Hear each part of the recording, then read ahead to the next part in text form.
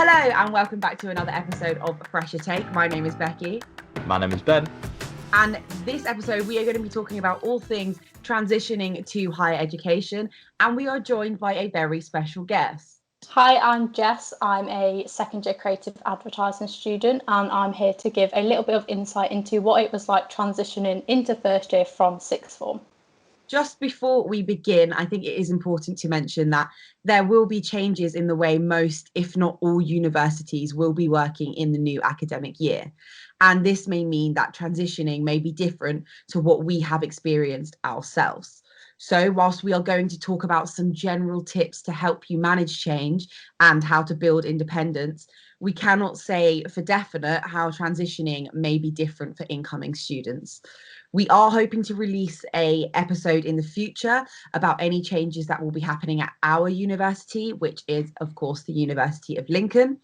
But that will be once we have some more information about how things might be different, just so that we can give you more specific advice on how transitioning will be in the current climate. So in this episode, we will be mainly focusing on college and A-level students transitioning to university. However, we will also be talking about those same students going straight into the world of work or apprenticeship schemes, because a lot of the skills and tips are rather transferable.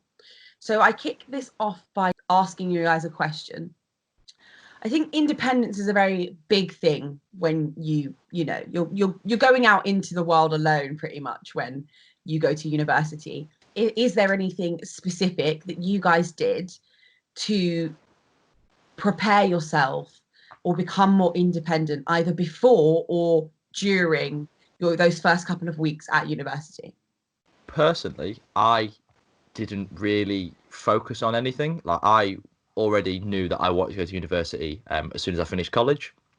So for me, it was less of a preparation for becoming independent and more just a preparation for what would I need to do in order to enjoy university in its entirety, I guess. So, I was the first person on like group chats and things to be like, right, let's start meeting people. And I think we've discussed it briefly in other episodes where, you can find out who lives in your accommodation, who lives in your flat number or apartment number. And, that for me was my preparation, that I knew some people. So when, you almost hit the ground, let's say in Freshers Week and things like that, you have people that you can make them connections with and feel like you already know some people. And for me, that was what I needed, because I was the only person really that I knew going to Lincoln. So for me, I needed to have that, little connection of people that I can talk to and, do things with when, I first hit the ground at university. Yeah, I'd say my experience was very similar in the sense that no one else I knew from sixth form was going to Lincoln. So for me, again, it was really important just to try and get to know a few people before I actually got to uni, especially like in accommodation as well. And I think the other big thing for me was just trying to like work out how to start doing things like budgeting, because I'd not really had to do that before. So yeah, that was a pretty big like thing to teach yourself almost overnight. Yeah, I think you definitely realise that money isn't free, and like money doesn't just grow on trees when you come to uni, and you will be living off like pasta bakes and pot noodles and things. Then you've suddenly spent £10, like literally. Yeah, you blink and you go, where's it gone? My door, and then suddenly money is going missing from my purse. Like, it's actually quite bad. For me, it was a bit different because I was slightly older when I came here, at least. And so I already knew how to cook and how to clean and how to wash my clothes. Right, I had actually, I had worked, so I knew how to save money and how to, make my wages or whatever last. So that wasn't for me. For me, it was living alone. So I know you're not living alone, but you do not have your family. Like, my mum would mostly cook, and I was suddenly realizing I had to do it every single day. Like, what's that about? You have to eat every day, apparently. And, it was things like, if I had to go see the doctor, I had to go into the university medical centre and actually go and book an appointment to see the doctor. Like, it was just unfathomable to me. And I was a whole like 20 years of age. I wasn't even young when I came. So I can't imagine how a newly 18-year-old, you know, fresh out of The womb. feeling. Almost, yeah, fresh out of just, like coming out of nappies and stuff, and that's like, oh, I'm in uni. Wow. But I think that is definitely like the biggest turning point is understanding the tiny little things that you have to do yourself, because it took me a good like 3 weeks before I realized that wash bag isn't going to empty itself. I'm going to Yeah. actually have to go, and it's expensive as well. Like Yeah. I was in like uni accommodation, and you have to pay per wash. Yeah. My goodness, it's so expensive. It's so And if you expensive, and want it's to dry your clothes, Oh, ooh. yeah. yeah, you better have a job, because otherwise you're going to be Smelly. yeah, pretty much. I think as well, I little things like that I didn't take into consideration when budgeting though. So I took in big things, food, rent, like social activities or something. Like I put money aside. I didn't take into account washing or if we're in quite a central place to the city, so most people don't really need to drive or something, but some people do. Some people have their cars here. How much is that going to cost for you to keep your car here? Or how much is petrol? How much is public transport if you need to use it? Those sort of things I think you really need to go in depth about when you're talking about budgeting. And they have like free spreadsheets and stuff online that will help you out, and give you sort of more of a guidance of how to do that. Yeah, and there's loads of like BBC like food articles and things that you can follow if you're like me and thought gourmet food was chucking stuff in the oven for like 25 minutes. And I've gotten better. I do want to quickly say I have gotten better, but like I think when you first come to uni, you don't realize that like you don't really think about what you eat. That sounds really dodgy, but I think your priorities aren't, oh, I need to have my 5 a day. Really, Yeah. it's more like, how can I make, especially in Freshers Week, like how can I make the most of this social situation that I'm given, to meet new people and almost create them friendships that are going to last you a year, 2 years, 3 years. So if you give yourself if you give yourself one bit of preparation, it would definitely be learn to cook, like, let's say, like essential meals, like pasta bolognese or spaghetti bolognese, pasta bakes, things like that, because they'll last you a while. And I think if I could go back and do one thing, it would be learn to cook a little bit quicker, or like before uni, because you put yourself in that better place instead of having to Google like, how do I cook pasta and things like I that. still do things like that now, though. Yeah, so It do was Yeah, my we all best do. None of us are. I'm a I lad. like to do you phone know what I my mean? mum a lot. I like to phone my mum. The other day I was making like a curry, I think it was, and I had never done it from scratch before. So I was like proper making it properly. And like my family's like Caribbean and Indian, so I couldn't get this wrong, I'm afraid. Otherwise, it would be like an absolute insult to my ancestors. So I was just on the phone to my mum the entire time, like, okay, what happens now? What do I do now? And like, I'm a whole 22, and I still couldn't quite figure out what was going on. I think that's okay though. Like I think people think that when you come to uni, that's it. They just sort of push you into this thing, shut the door, and you go, right, that's it now. Almost like an animal in the wild, just have to fend for yourself. It's not true. You can still, like I'm a whole 21, and I still ring my mum being like, can I defrost this in the microwave? Is that a thing I can do? Like the microwaves as well are amazing for university. Like you can cook. I don't say you can cook everything, but they're pretty useful. Or at the very least, you can reheat everything. Yeah. You know what a big tip I would say is about independence, in the sense of, like Ben said, learning to cook, meal prep. I think meal prepping you push this narrative every episode. I do. Meal prepping is so good. I literally have like freeze meals, or I put them in the fridge, and then that's it. And I don't have to cook every single day. My name is Becki. I've got my life sorted. I never go as far as actually like meal prepping, but I do like plan for the week before I go shopping, because then it saves you so much money. Yeah, that's I think like another budgeting sort of tip as well, isn't it? Like I feel like this is just what like a student hacks episode of Fresher Take, just everything that we've learned, every mistake we've made, just learn from us effectively. yeah. But I think as well though, like what we were saying about you ringing your mum and flatmates and things, that even though you are independent, you're not necessarily alone. And that's a Yes. very big thing, because I know a lot of people may come to university, especially from college, which is quite a tight net community of people you've probably already seen in like secondary education, things like that. You are able to talk to them about things. You are able to ask for them for help, because like I had flatmates that were in uni terms like Michelin star chefs, and they would teach me the basics of cooking. And like, if I was struggling on an assignment, for example, let's go past freshers week and think about actually doing work.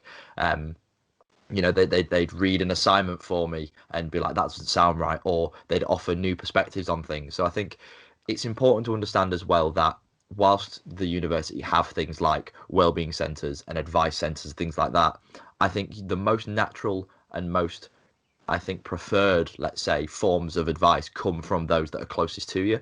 Yeah. So your flatmates, your housemates, your mum, your dad, people that you meet at university, whilst they become friends, are also your like almost like an advice center really, and people that offer different forms of advice. Because that for me was my downfall of, I thought, I'm on my own. How do I ask for help for people? But it's like the people that you meet are like going to be like either good friends or like your best mates or friends for life or whatever. So they're going to be there for you.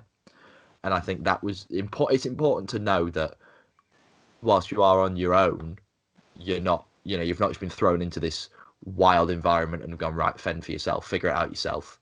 Plus, a lot of people are in the same boat, because obviously most people do come straight from sixth form or college. So Yeah. you're all in that similar situation where you are unsure and you can feel a bit nervous about what you have to do. So I think definitely getting to know your flatmates or housemates better and sort of clubbing together with things you're not so sure about is a good way to kind of get started. I used it as like a bonding exercise as well. Like, Yeah. lads, I'm really not sure about this. Do you want to?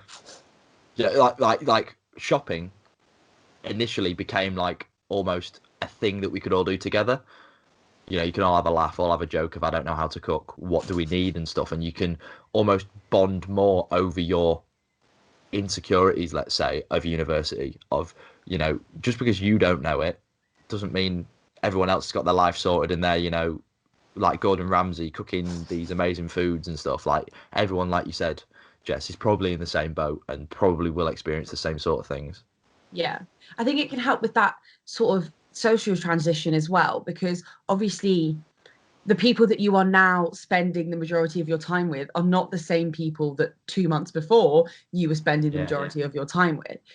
Most people have those friends back home, and then they have friends that they've made at uni. And the ones at uni, the majority of the year, let's be honest, are the ones that you're seeing the most.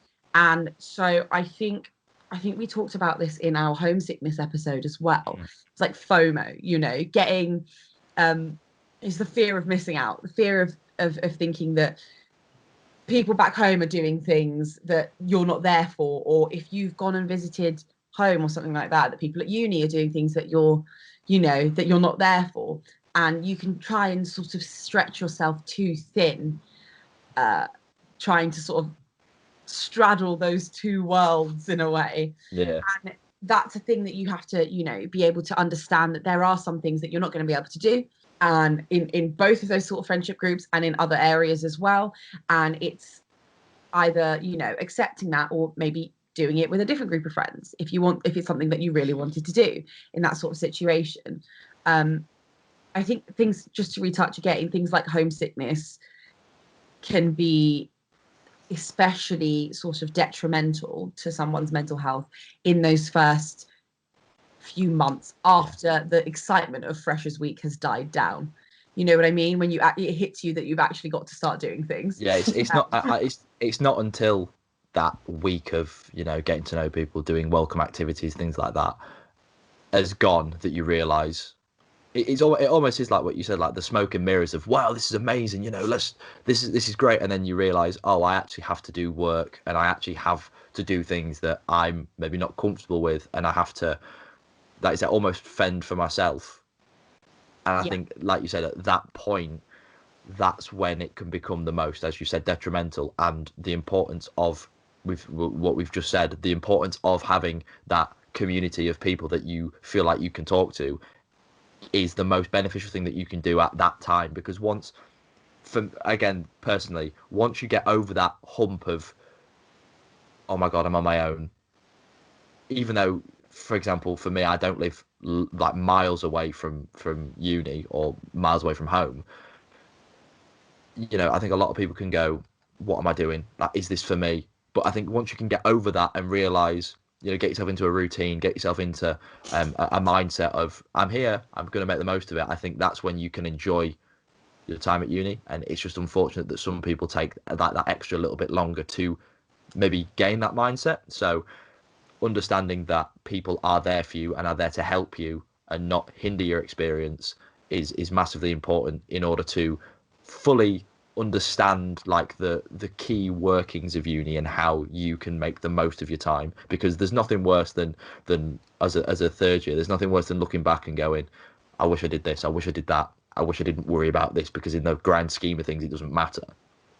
And the social side of university and transitioning socially was one of the first things I did, because I like knowing people, but also I knew would help me become a more confident person at university and be able to say to someone, if I'm struggling, listen, mate, can I have a chat? Or do you need a chat? And being able to have them connections, because I think if I didn't do that, the hump of worrying about university would have prolonged my experience and made it, not as enjoyable as it has been. Personally, anyway. Yeah, I think as well, if you are struggling to the point where you're finding like being at uni quite overwhelming, if you wanted to go home for the weekend, like that's okay too. Because as you say, there is that massive fear of that you're missing out by going home. But I personally did find the first few weeks of uni quite difficult. So just going home for a few days really just helped me sort of clear my head. And then when I went back, I felt a lot better and was sort of ready to reconnect with people and like meet more people and go out more. Yeah. Like, I think a big thing as well is don't be afraid to meet new people. Don't be afraid to start those interactions that, those could be your next best friend. Like, it's just about really taking that first step. We do have an entire podcast episode dedicated to the social side of university, which you can find on all major streaming platforms like Spotify and Apple Music. Yes, plug the podcast more. So let's then talk about how we transitioned from A-level studies to university studies. Again, this is probably an area that doesn't really affect those that go straight from college or A-levels into work or into apprenticeships. But I suppose there is that still aspect of learning that is universal. I think the main difference is obviously when you're in sixth form, there's a lot more structure to it, because even if you have a free period, it's only say set for an hour, whereas with uni there is a lot more independent learning involved, which means you sort of have to find that motivation within yourself to get work done, even if you haven't got like set lectures and classes. And I think trying to do that when you're not used to having to sort of motivate yourself can be definitely a big learning curve. Yeah, I agree with that totally. And like for me it was more not necessarily the independence of it, but more the amount I had to do. Because like when you're in college or sixth form or place like that, you normally have say 3 to 4 lessons that you will study to get your A levels or BTECs or whatever. So you have to juggle your time between say 3 or 4 different lessons or disciplines that you are learning. Whereas when you come to uni, you're studying one thing for 3 years. And whilst that seems great, I get to focus on one thing, it's so strange watching yourself or like understanding and trying to wrap your head around the fact that you only have one thing to study, because I was so used to juggling from like learning about history to doing media to doing English to doing, and you're able to go, right, I need to spend this much time on this thing. Like you said, Jess, it's more of a structure, whereas uni is very, whilst you're only studying one thing, getting your head around that and getting your head around focusing your time on one thing for a prolonged period of time is quite difficult for me anyway, because like I said, I went from doing like history, which was so much like reading and analyzing and essay writing and things like that, to picking up a camera and making a film. Like, whilst that was so good in college because you can separate that in your head, when you're going from picking up a camera and filming all day every day for 3 years, it takes a while to be able to get your head around the fact that you don't really have that time to switch off and learn about something else in course time, let's say. I also think that's a good point, though, is the fact of how important it is to choose the correct course for you.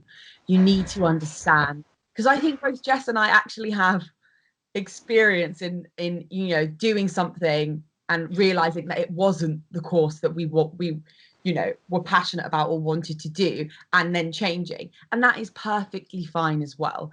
You have to understand it is something that you are going to be doing for 3 years, and it's pretty much all day every day for those 3 years thinking about that subject. So now I'm absolutely doing something that I love and I actually enjoy doing, and I think it's the same for Jess. Yeah. What is it that you guys did before your current courses? So I did architecture and then switched to advertising, so quite a big difference in those. And I think, like Becki said, you will know within the first few weeks whether you have sort of picked the right course, because it generally is a good indication of what your next 3 years are going to be like. So if you do sort of have that kind of gut feeling, maybe this isn't quite right for me, definitely don't just stick it out. Just no, don't do it. See, the thing is, I knew within the first sort of couple of weeks that I didn't want to do. So I did drama and theatre studies, and I Oh, did it wow. at university in London, which is where I'm from. So I stayed at home, and I knew within the first couple of weeks I didn't want to be there, but I stuck out the entire first year. Oh no. Yeah. Ouch. And it was just because I had this sort of like stigma about dropping out of uni, and Yeah. that even though I knew that I didn't want to be studying what I was studying, that those sort of anxieties and like what will people think sort of really made me stay. And then I took a gap year and then I came back, which is why, like I said earlier, I was older when I actually moved, and I moved like halfway across the country. So Okay, that's a big movement. yeah, so but I felt like I was at a place where I could do that. So you know what I mean, like that it was very different for me. I think what was different when I first went to university was the difference between like the lectures and seminars and workshops and Yeah. the practical stuff, because at sixth form you have one subject and you pretty much know what you're going to be doing in that one subject every time, whereas as soon as you get to university you've got all these different categorizations of lessons, and you don't quite know what's expected of you yet, and you don't know what that means. In seminars you are usually expected to speak, especially if there are a small number of you in those groups. They will be looking to you, so you need to have had that prep done. In lectures it can be quite fast paced, so you've got to be writing really quickly or typing really quickly in order to be getting everything down. So I think that for me was the biggest adjustment, was just the way that we were expected to now learn. Not everything is covered for you as well, which was a big shock to the system for me. Of again, at college you have that set lesson, and you're going to sit there, you're going to look at the projector, you're going to make notes, you're going to make discussions, you're going to do worksheets and whatever. Whereas at uni, not everything is covered for you in detail. So it's like, if you were learning about, say, a historical event, if you were doing history, for example, not everything in that historical event would be covered. It would just be the important like building blocks of a narrative, let's say, and it would be up to you then to expand upon the notes you've already made.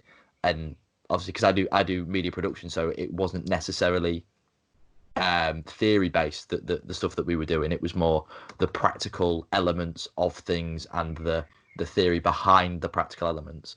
So I found it quite enjoyable. But personally, after doing history for 2 years at A level, I could think of nothing worse than doing more stuff. But it's important to know that if that is something that interests you massively, it's not going to be like college where pretty much everything is written for you, Yeah. and you just have to digest this piece of information for you to get this grade. Not everyone's essays or dissertations or research methods will be the same. And I think that's very important to understand. And I guess it kind of links in, because we've not really discussed it massively, discusses or fits in with the people that going straight into like BTECs and stuff, or like BTEC sort of apprenticeships and graduate schemes, things like that, that you will constantly be learning different things and constantly be learning things that aren't set out for you in a given way. Like I know friends that went into scaffolding and building and mechanical engineering and things like that, and they've told me that it's not like anything they've ever done before, because you don't get told, right, in order to do this for this job, this is what you need to do. It's constantly learning on the job, constantly evolving what you think you knew, and just constantly building upon that. And I think that if you understand that early doors, similar to seminars, lectures, workshops, in the same way that you approach your work, if you are doing an apprenticeship or something, I think if you understand that it's going to take you a while to get your head around what's going on, let's say, I think you'll be a much better worker or student as a result of that, if that makes sense. Yeah, I think like you touched on, the biggest thing for me to sort of understand mainly came with essays. Like if you just used what you were taught in your lectures, you're not going to do well. You have to kind of do your own independent study and build up your own research to sort of form your own opinion, which isn't something I was used to, because as you say, when you're kind of in like college and sixth form, you basically get given everything you need to do a good essay and just have to kind of rewrite it. And that's really not the case when you do come to uni. Yeah, I think that it was a sort of a big culture shock for me to figure out that, I actually have to go off, do my own work. I have to do work. Shock. Yeah. Like actually, so I remember when I was doing drama theatre studies, we read Antigone, and I absolutely hated it, and I didn't want to do anything. And then it came to like write an essay, and I just didn't understand the play at all. But I had also made it harder on myself because I hadn't been keeping up each week with like the seminars and the lectures and the notes and things like that.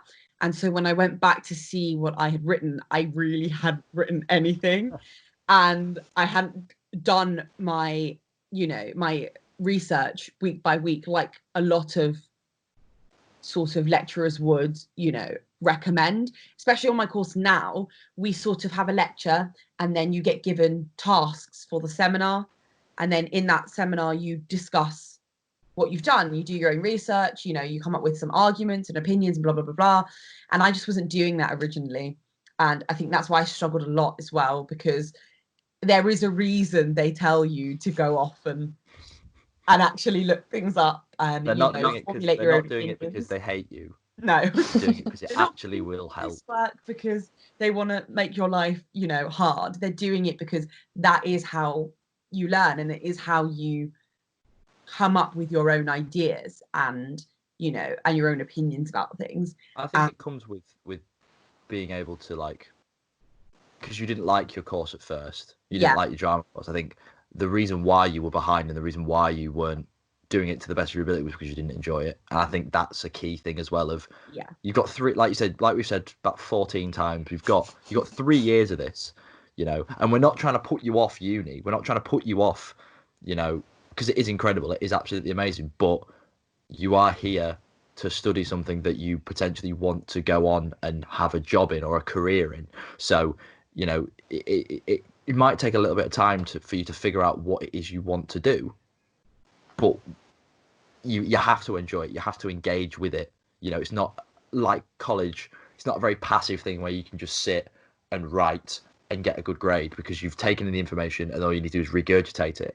It is much more of a place where you have to engage in what is going on. It's not like we've said, it's not enough for you to go, right, this is what was said in a lecture, this is it, this is all I need to do, because there will be things that aren't covered in great detail that you need to extrapolate on and that you need to expand upon in order to have a full grasp of what's going on. Yeah.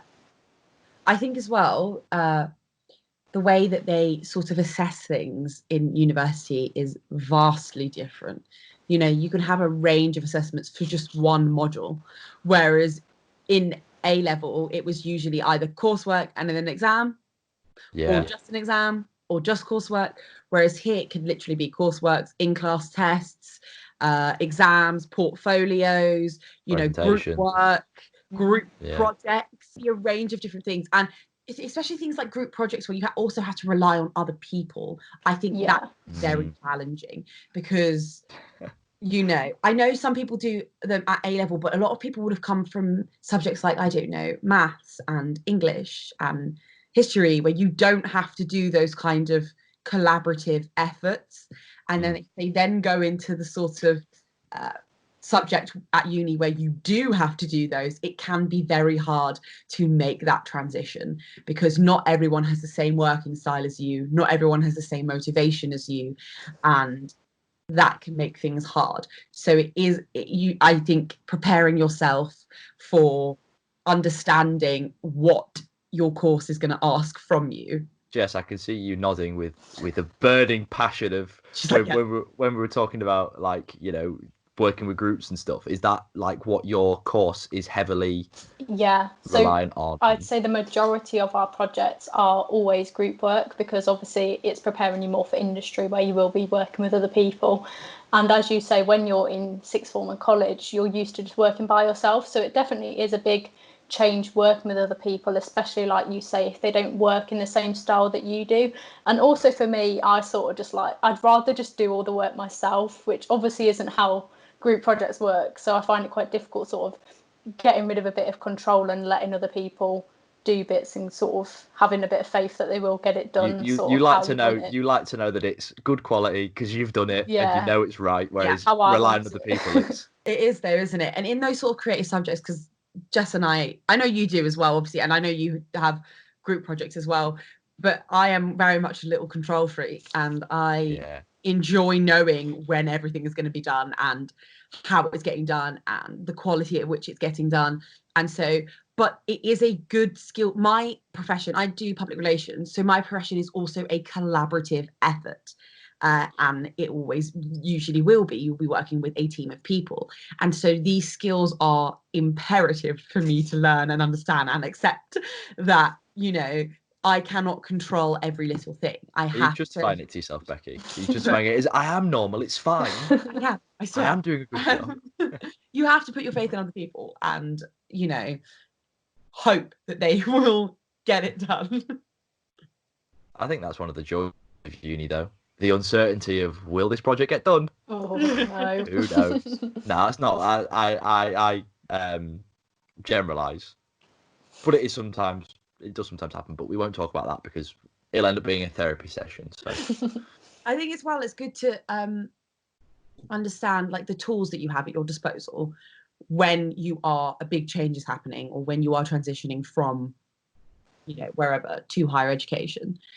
Uh, First off, we've said, you know, family, friends, definitely talk to them. Those are usually your closest sort of like comfort, you know, sort of like a comfort blanket, I like to say. That's who they are. But what else would you guys recommend to people? I definitely say the Wellbeing Centre and the Advice Centre are two really important services, which I didn't really know about for the first few weeks of uni.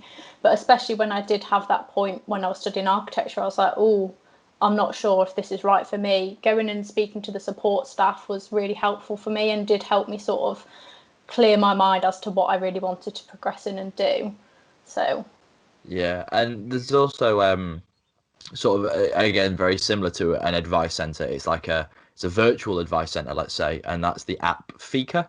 Again, we've talked about this a few times on the podcast, I believe, and it's obviously it's an emotional fitness app, and it provides you with like exercises and activities that focus on different aspects of someone's emotional fitness and sort of handling change. And that is one of the sections you can look at is handling change and the ability to transition. It's completely free to students that are at the University of Lincoln. All you need to do is log in with your university details, but I don't think it's massively expensive for people that aren't at Lincoln because, you know, I personally, I'm not knowledgeable about other universities, but if you talk to them about it, and they may have a similar sort of app that you can use, but I find it really useful. Like, I've only just started using it recently as a result of the podcast, and it's been a really useful app because it allows you to look at, very similar to what this sort of podcast setting is, of you'll go on to a topic or a section that you're interested in developing in your emotional fitness, and you will watch a person's own account of what they do and how they cope with this certain aspect of their emotional fitness, and then you'll be given basically just like, it's almost like a conversation with them, but where it's like, what will you do to do this? Are there things in your life that you're not happy with regarding this specific topic? So I've done, the ability to like focus on things. So it's like, what can I do in order to improve my focus? So you type it in. It's almost just like, it's not like you're talking to someone. It's not like it's a quiz. It's more of like a way for you to internalize and process your own emotions and your fitness of those emotions. So again, with like focus, it's like, I remember one of the guys was saying that they only take on one project at a time, but until it's complete, and then they'll do something else. So, and then one of the questions was like, what can you do to improve your focus? Well, if you only do one topic at a time, or one job at a time, you're able to do that to the best of your ability and focus more on it. And Fika there's so many other different things that I've only just really skimmed over one section, but it's very helpful in order for you to develop your emotional fitness and develop your ability to internalize what's going on, which I think is kind of helpful. I don't know about you guys, so feel free to talk about your own, stuff about emotional fitness. But for me, I'm quite a dramatic person. When something happens, I like, right, I have to do it to the best of my ability all the time, but I've also got 17 other jobs to do. What do I do? Whereas Fika is a way for you to sort of compartmentalize what's going on and go, right, okay, I don't have to do it all at once. Yeah, and obviously 100%.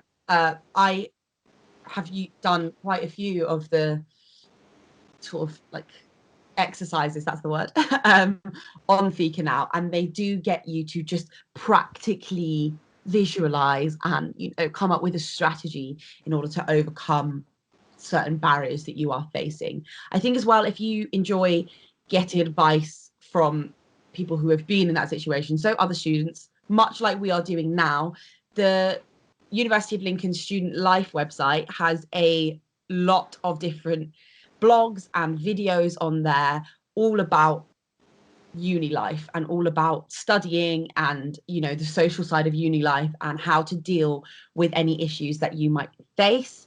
Also, if you're looking for specific information on studying and learning, you can head over to learning.lincoln.ac.uk, or just type into Google learning at Lincoln and you'll find a bunch of different resources on there, which leads me actually into what I found for this podcast, which is a sort of guide or a resource pack, if you will, from the people at Student Minds. So that it would be studentmind.org.uk, and this is essentially a big pack that is all about the transition from A-level to university. It is aimed at year 12s and year 13, so 17 to 18-year-olds.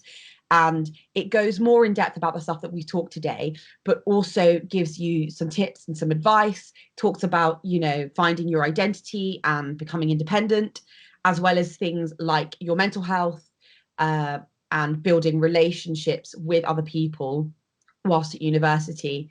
It is a very good pack.